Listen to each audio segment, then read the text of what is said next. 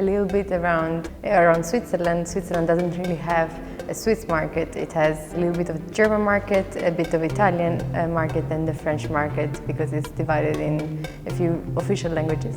In Switzerland, I think in the German part of Switzerland, my feeling is that there is this very specific, many markets I think work in this way. There is a type or some trends that work better and they maybe change a little bit in the years, and some of them get really global. Like for instance, recently it was the powerful girl trend, let's say, that in my opinion is a very positive thing to have like such an exposure on the topic of feminism.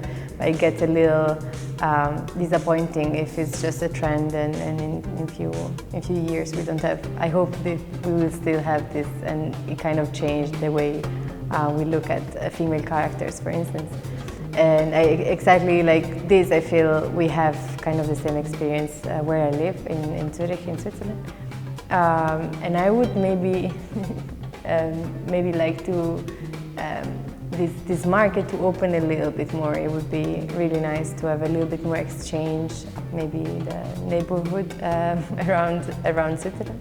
Another experience I had was with a bit of English and American market, which is a very different reality. But in general, I think for illustration and for illustrators especially, there is a little bit the tendency to have a secondary role compared to authors of text and in general authors of young adult narrative or of books and picture books in general. And maybe if there is something I would like to not change, but that could be different, is this.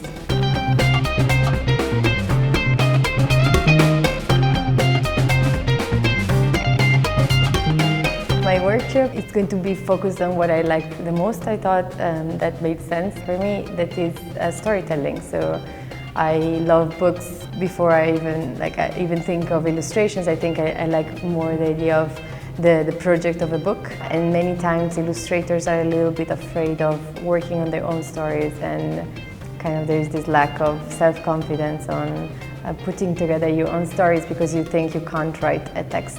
And I've done books where I wrote the text first, but also I think there is a very visual process that can be used to build the story.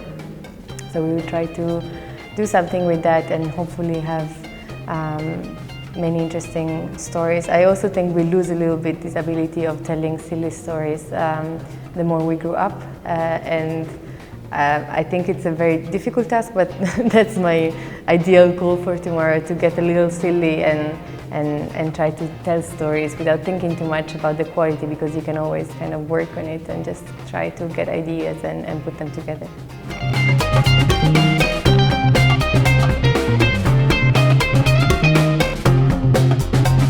I love this question because for me this kind of event was like one of the key elements to kind of follow this path.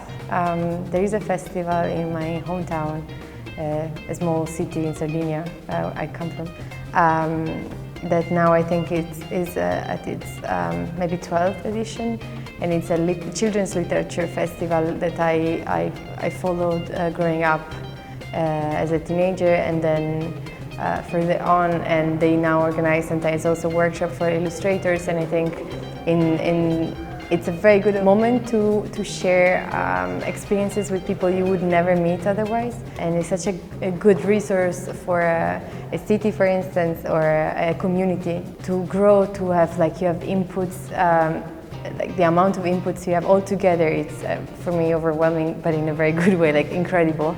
And this is also why I like to take part in this kind of events. There's nothing really like a very well-organized festival, and I think it goes on. You see improvements around the, let's say, community again very quickly, because they kind of pass this enthusiasm one from to the other, and this is, I think, the fastest way to grow also as maybe an illustrator or an author or an artist in general.